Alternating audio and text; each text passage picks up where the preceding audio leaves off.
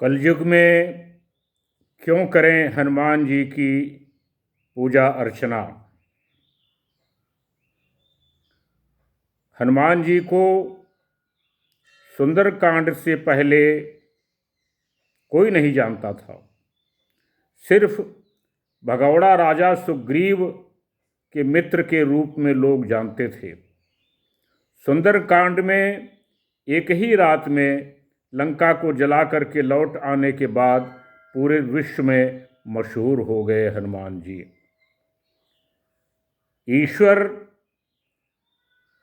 न वो यहाँ तक है न वो वहाँ तक है, न वो यहाँ तक है न वो वहाँ तक है, नज़र जिसकी जहाँ तक है उसका खुदा वहाँ तक है। आपकी जो नज़र है वो कहाँ तक है, ये महत्वपूर्ण है। ये कंपटीशन का युग है, प्रतिस्पर्धा का युग है। हर आदमी सफल होना चाहता है। व्यापारी हो, नौकरी पेशा वाला आदमी हो, कोई भी आदमी हो, हर आदमी सफल होना चाहता है। प्रधानमंत्री हनुमान जी को प्रसन्नता के साथ शक्ति दे सकते हैं। शक्ति दूत हैं वो, स्वभाव से वो शक्ति दूत हैं, आपको शक्ति दे सकते हैं। हनुमान चालीसा कोई कागज नहीं है, वो शब्दावतार है। हनुमान जी का शब्द का अवतार है। और जनमानस में हनुमान चालीसा, सुंदरकांड जनमानस के रग रग में फैला हुआ है। ये विज्ञान है कि जब आप किसी पॉजिटिव एनर्जी से जुड़ते हैं तो सामने वाला भी उससे जुड़ जाता है और आपकी बातों से सहमत हो जाता है। ईश्वर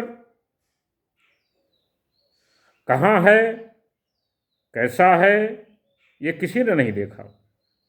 जो मूर्तियां हमने बनाई, गदा दे दिया हनुमान जी हो गए, तीर दे दिया धनुष राम हो गए, बंसी दे दिया कृष्ण हो गए, ये हमारी अपनी बनाई हुई है, अपनी सोच है।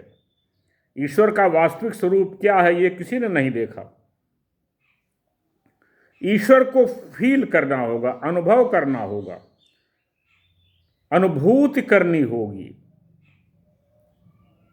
तो हनुमान चालीसा पढ़ने से क्लैरिटी, कॉन्फिडेंस, पॉजिटिविटी बढ़ाने के लिए हनुमान चालीसा पढ़ना अति आवश्यक है।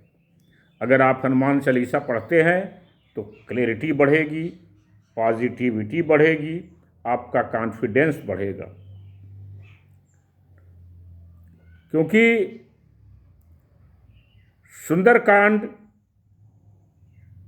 सफलता का कांड है, प्रोग्रेस का कांड है। असफलता नहीं है, उसमें सफल होना है आपको। ये एक विज्ञान है। क्योंकि सुंदरकांड हनुमान जी का यशगान है। हनुमान चालीसा हनुमान जी का यशगान है। जब आप किसी का यशगान करते हो तो उनके गुण आपके भीतर आ जाते हैं। सुख के साथ शांति भी तब मिलती है। सुख तो सब प्राप्त करते हैं, शांति नहीं मिलती। हनुमान चालीसा या सुंदरकांड पढ़ने से सुख के साथ शांति भी आपको अवश्य मिलती है। और जब आप हनुमान चालीसा से जुड़ते हैं, हनुमान जी से जुड़ते हैं, क्योंकि अजर अमर हैं। माता सीता ने कहा है, अजर अमर गुण निधि सुत हो।